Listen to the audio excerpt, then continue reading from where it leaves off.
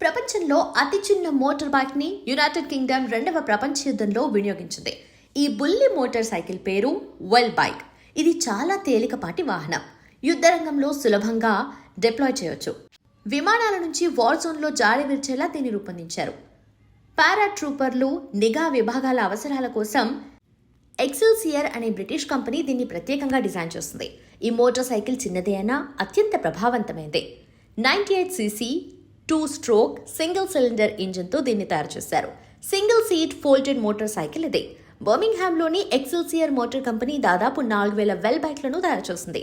రెండవ ప్రపంచ యుద్ధంలో బ్రిటన్తో పాటు ఇటలీ, ఫ్రాన్స్ ఇంకా దాని మిత్రరాజ్య బలగాలు వీటిని ఉపయోగించాయి. దీని మీద ఏజెంట్లు, పారాట్రూపర్లు ఫాస్ట్గా వెళ్లిపోగలిగేవారు. యుద్ధం ముగిసిన తర్వాత కూడా పౌర వినియోగం కోసం కొన్ని వెల్ బైక్లను తయారు చేసింది సదరు మోటార్ కంపెనీ. అయితే కొన్నేళ్ల తర్వాత అవి పూర్తిగా కనుమరుగయ్యాయి.